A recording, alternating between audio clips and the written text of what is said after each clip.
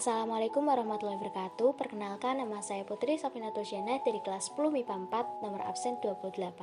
Saya akan menjelaskan tentang Negara Kesatuan Republik Indonesia. Yang pertama adalah wilayah negara Indonesia, yaitu meliputi udara, darat, serta laut.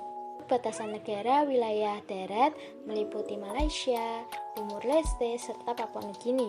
Untuk batasan laut ada Malaysia, Papua Nugini, Singapura, serta Timur Leste. Nah, untuk batasan negara wilayah udara sendiri mengikuti batas kedaulatan negara di darat dan di laut ditarik ke atas sampai tak terhingga. Batasan wilayah darat berupa buatan manusia, buatan alam, serta ilmu pasti.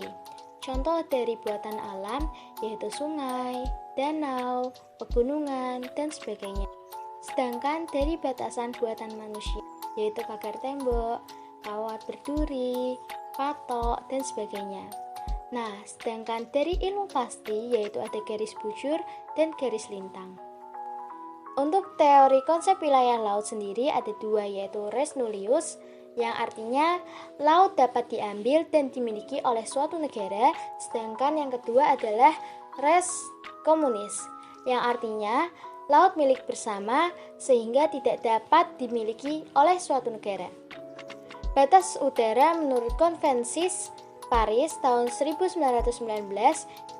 setiap negara yang merdeka dan berdaulat berhak mengadakan eksplorasi dan eksploitasi di wilayah udaranya, misalnya untuk kepentingan radio, satelit, dan penerbangan. Batas udara menurut Konvensi Chicago tahun 1944, setiap negara mempunyai kedaulatan yang utuh dan eksklusif di ruang udara yang berada di wilayahnya. Siapa sih penghuni negara yang sebenarnya? Yang pertama ada rakyat. Rakyat adalah semua orang yang berada di dalam wilayah negara yang tunduk dan patuh pada peraturan negara.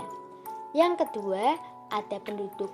Penduduk adalah orang yang berdomisili secara tetap di wilayah negara dalam jangka waktu yang lama. Yang ketiga ada bukan penduduk. Bukan penduduk adalah mereka yang berada dalam suatu negara tidak secara menetap atau sementara. Dan yang keempat adalah warga negara. Warga negara adalah orang yang menurut hukum secara sah menjadi anggota suatu negara. Yang kelima, bukan warga negara, adalah mereka yang menurut hukum tidak diakui dan bukan menjadi warga suatu negara. Yang keenam adalah warga negara asli, adalah mereka yang telah bermukim di Indonesia sejak lama dan merupakan keturunan Deutero Melayu. Dan yang ketujuh adalah warga negara kesatuan, yaitu mereka yang bermukim di Indonesia dan bukan keturunan Deutero Melayu. Asas-asas kewarganegaraan meliputi yang pertama ius soli. Artinya, kewarganegaraan seseorang ditentukan berdasarkan tempat kelahirannya. Contoh, si A lahir di Indonesia, maka A adalah warga negara Indonesia. Yang kedua ada ius